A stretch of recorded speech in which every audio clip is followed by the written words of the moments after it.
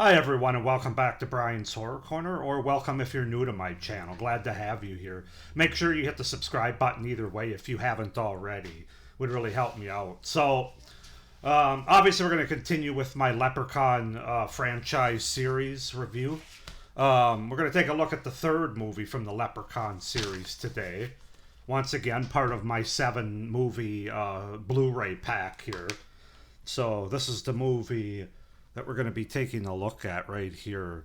Leprechaun 3 from 1995.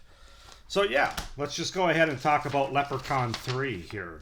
So Leprechaun 3, also known as Leprechaun 3 in Vegas, is a 1995 American horror comedy film and the third and first direct-to-video installment in the Leprechaun series.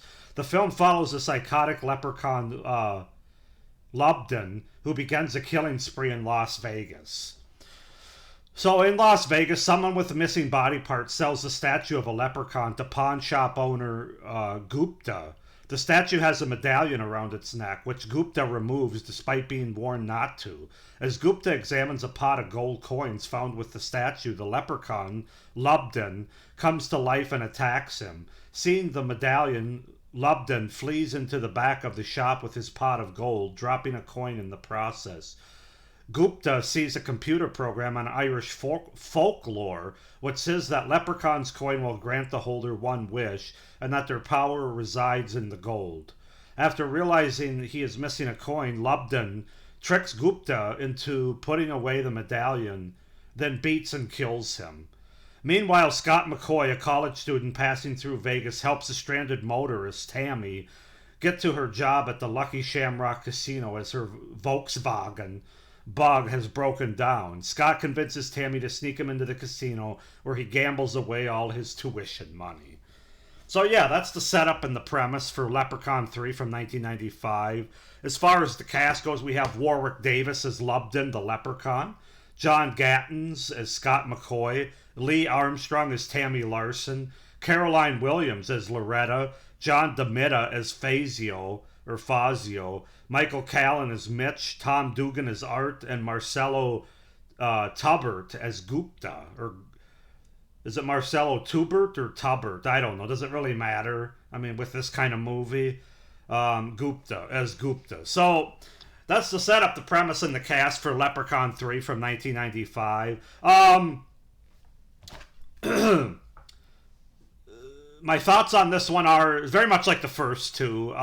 Dumb fun. B horror movie, B slasher movie.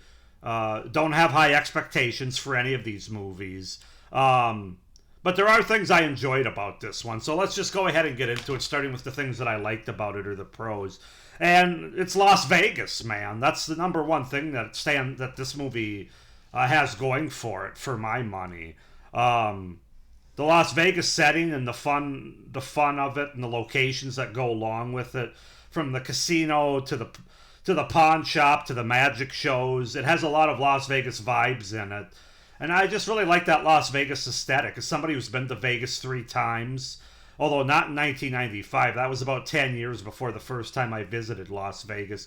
But it's still cool to see like the lights and all the casinos. A lot of them I still recognize from when I was there. So I just thought it was fun. And it makes all the sense in the world to have a leprechaun who's always talking about and protecting his pot of gold and his gold coins be in Las Vegas. I mean, that just makes so much sense. And I'm not going to say they utilized Vegas to the utmost in this movie, but at the same time, I'm going to be a little bit more forgiving on them because, I mean, they have like a $10 budget for this movie. Not really, but you know what I mean. It's an extremely low budget direct-to-video movie, B slasher movie. So, I mean, you can't expect them to visit every casino on the Strip or anything like that. I thought they did a decent job considering those things, though, to utilize Vegas and for the leprechaun to be there. There's even one scene where there's an Elvis impersonator, and the leprechaun and him are basically like dancing and going back and forth. It was dumb, but it's fun. I mean, that's what I could say about this movie is it's dumb fun, and that's how you have to go into these movies. But the Las Vegas aesthetic was the biggest thing this movie has going for it, and I had a lot of fun with that. Again, Warwick Davis is a lot of fun as the Leprechaun, and this movie's no exception. I like that he uses more of the, like in the first couple movies, we got some of these rhyming phrases that the Leprechaun throws out there, but in this movie, it's times 10, basically. There's at least 6 to 8 different phrases that he has, rhyming phrases, that just sort of add to the fun and the comedy of this movie, and Warwick Davis is all about it. And as I've said in the other movies, he just owns this character. He's really into it. And I think those rhyming phrases really work for the character and for the kind of atmosphere they have going on in this movie. Because this movie, I mean, it does inject a bit more comedy, a bit more humor. Not that the first two didn't, because these have never been horror movies. They've always been horror comedy movies. But I feel like in this one, they try to be even sillier with it. Even and not just with Leprechaun, but like our human characters as well, which works to varying degrees. We'll get into that. But as far as Warwick Davis and the Leprechaun goes, it makes sense to go that route for this character and for Warwick Davis's performance, with a bit more of the comedy in this movie. I do think the kills are a bit better here than the first couple movies. I felt like in the first two movies, they were pretty unremarkable in my opinion. Not that they're groundbreaking here or anything, or anything to write home about, but I did feel that they were a bit better. A little bit more blood and gore as well, but it's really I think the kills are more utilized by the Vegas setting as well as the uniqueness of them. Like you get one guy that's electrocuted.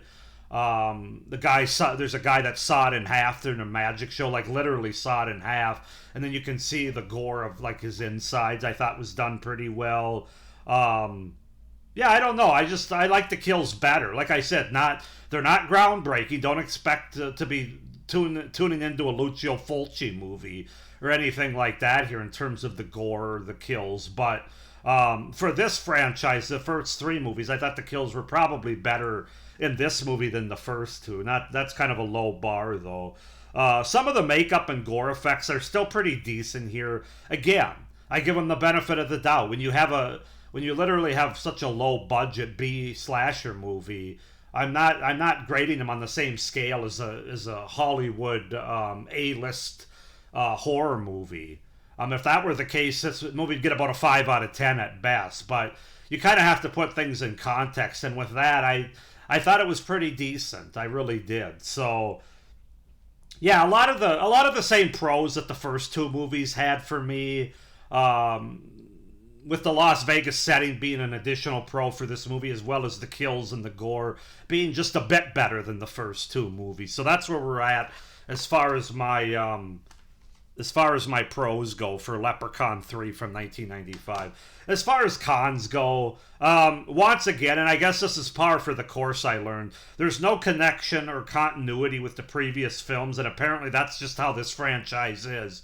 Like all of these movies, they're not really sequels so much as they're their own little Leprechaun remakes, if you want to say. Their own Leprechaun story without connecting to any of the previous movies. Now you could say that's fine, and that's, it allows them to have different stories and different settings without having to talk about the previous movies or have any connection.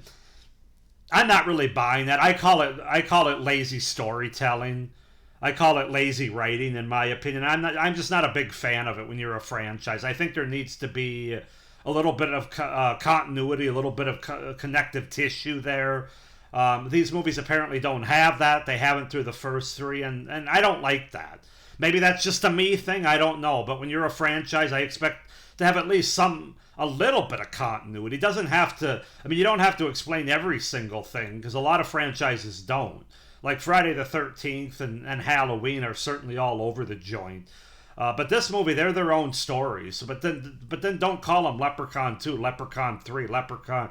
Do what Leprechaun 4 does, which is say Leprechaun in Space, Leprechaun in Vegas. This one should have been. The second one should have been Leprechaun with bad acting in Los Angeles. You know what I mean? Then call them. Don't have the numbers. Then don't tell us that they're sequels when they're not actually sequels. I guess that's the point I'm trying to make here. So that's just something that bothers me about this franchise.